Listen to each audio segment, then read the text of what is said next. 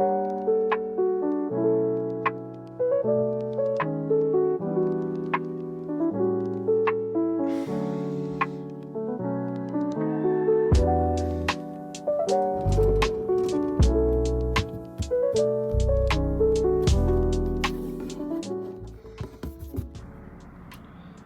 and namaste.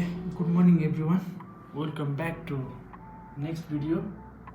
This is new day, new vlog. आज चाहिँ म उठ्ने बित्तिकै न म रुमबाट बाहिर निस्केछु, न मैले मुख धोएको छु, न मैले पानी खाएको छु, न म फ्रेस भएको छु। उठ्ने बित्तिकै मैले भ्लग सुरु गरेको छु र आज चाहिँ मैले आफ्टर लङ टाइम मतलब 1 महिनापछि चाहिँ मैले भ्लग बनाउँदैछु।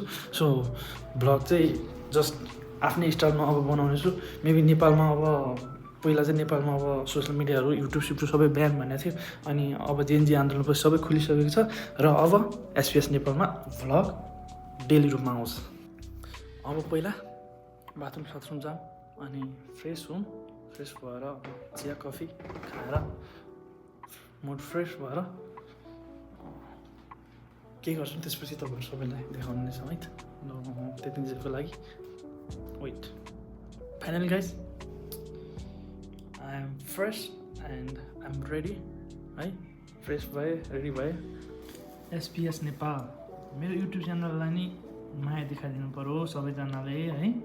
अब भिडियोहरू त त्यति इम्पोर्टेन्ट राम्रो बनाउँदैन मैले। अब एसपिएस नेपाल 717 भएको छ, छिटो 1K पुरा, त्यसपछि अझै धेरै पुऱ्याउनु छ। सो अब हामी बाहिर जान्छौँ। अब जस्ट बाहिर घुम्ने डुल्ने के देख्छ त्यही तपाईँलाई देखाउने हो। सो अब जाऊँ अनि घुम्यौँ है त बाहिर।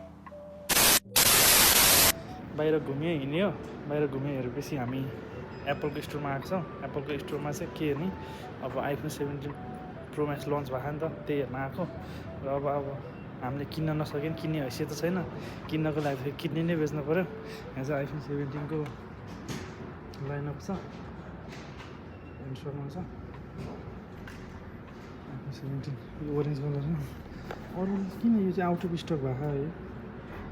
अब हामीले चाहिँ किन्नु सक्दैन, तै पनि हेरेर र पुरा भनेर आएको।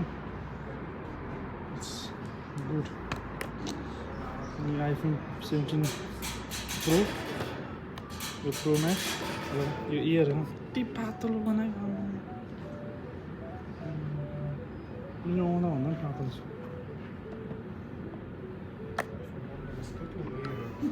तर मलाई चाहिँ सिल्भर कलरमा मनपर्छ। प्रोमा चाहिँ सिल्भर कलरमा रहेछ है, प्रो म्याक्समा चाहिँ होइन। तर यो प्रो अब 16 प्रो म्याक्स चलाइरहेकोलाई अब यो त सानो, प्रो त सानो लाग्दैन, डिस्प्ले साइज सानो हो नि।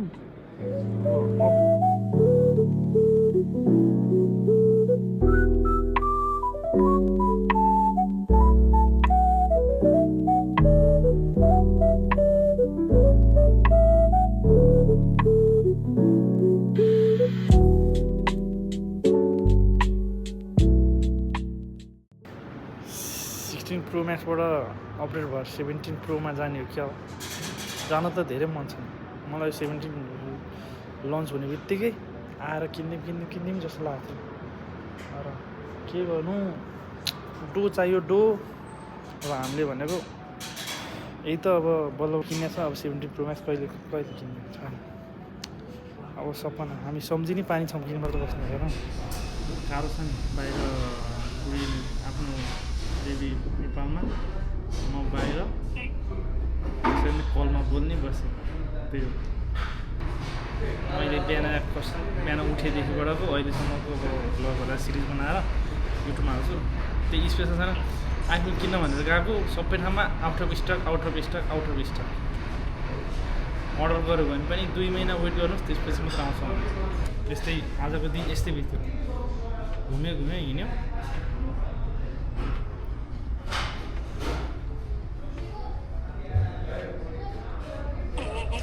के हाँस्यो? अहिले चाहिँ हामी केएफसीमा खाजा भनेर आएको छ। घुम्यो भोक लाग्यो। अब हामी केही खानेछौँ। खाएर चाहिँ अनि फेरि म एउटा साथीलाई वेट गर्दैछु। नारायण मेरो साथी आउँछ अनि उसँग फेरि हामी कहीँ जानेछौँ। A few moments later. त्यही हो, मैले चाहिँ अब जस्ट आफ्नो सेल्फ सेटिस्फ्याक्सनको लागि भिडियोहरू बनाउँछु। सो गाइज हेरिदिनुहोस्, जस्ट मैले आफ्नो डेली लाइफ होइन म के गर्छु, मैले के देखाउँछु भने म पहिलेदेखि प्लान हुँदैन कि। अब जसरी हिँडिरह्यो आफ्नो अब भिडियोहरू बनाइरह्यो, अब जे अब हुन्छ नि अनएक्सपेक्टेड कुराहरू हुन्छ नि, त्यही चाहिँ भिडियोमा जो चाहिँ क्याप्चर हुन्छ त्यही अपलोड गरिदिने हो। सो एसपिएस नेपाललाई मैले आजभन्दा 5 वर्ष अगाडि खोलेको युट्युब च्यानल हो। एसपिएस नेपाललाई माया गरिदिनुहोस्। I'm not professional YouTuber. So guys, so your love to SPS Nepal.